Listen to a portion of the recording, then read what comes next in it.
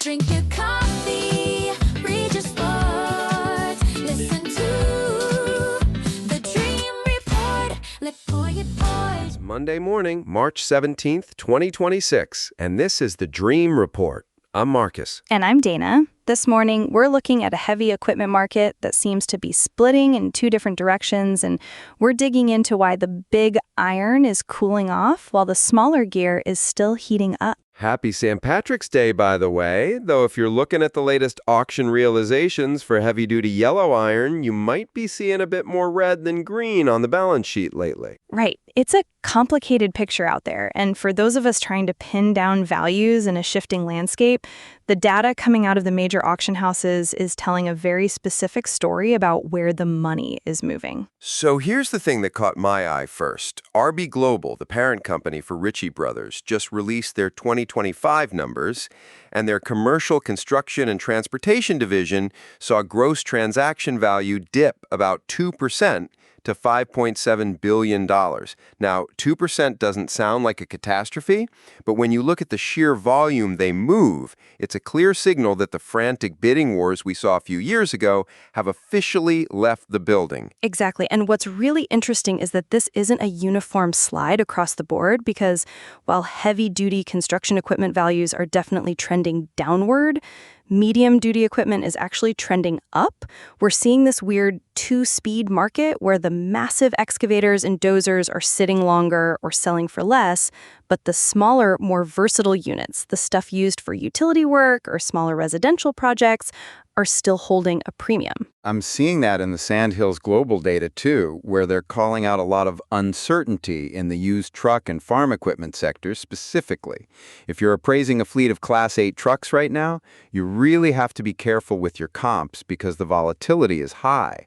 Though I will say the midstream oil and gas equipment sector is a total outlier, with some reports suggesting that market could surpass $50 billion by 2030. Oh, wow, that is a massive number, and it suggests that while general construction is catching its breath, the energy infrastructure side is still hungry for steel and turbines.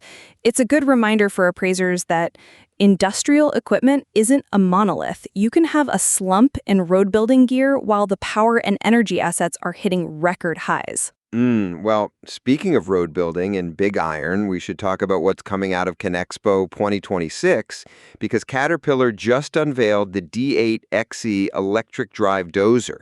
It's got an electric generator mounted to the back, which they claim gives it 10% better fuel savings and significantly less maintenance, which, as we know, can really mess with your long-term residual value projections if the market decides it hates the new tech. Right. Appraisers always get a little nervous when a legacy model like the Cat D8 gets a radical drivetrain change, but the less maintenance pitch is going to be the deciding factor for fleet managers. On the vocational truck side, we also saw Kenworth finally pulled the curtain back on the C500, which is the official successor to the legendary C500.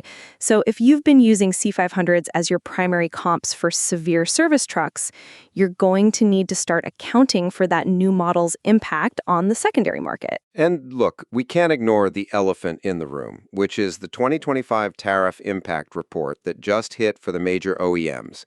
Both Cat and Deere are reporting billions of dollars in additional costs due to those trade barriers, and you can bet your life those costs are going to trickle down into the MSRPs of new machines, which usually props up used values unless the high interest rates keep buyers on the sidelines. It's a classic tug of war between rising replacement costs and cooling demand, but the macro outlook for our profession is actually pretty bullish.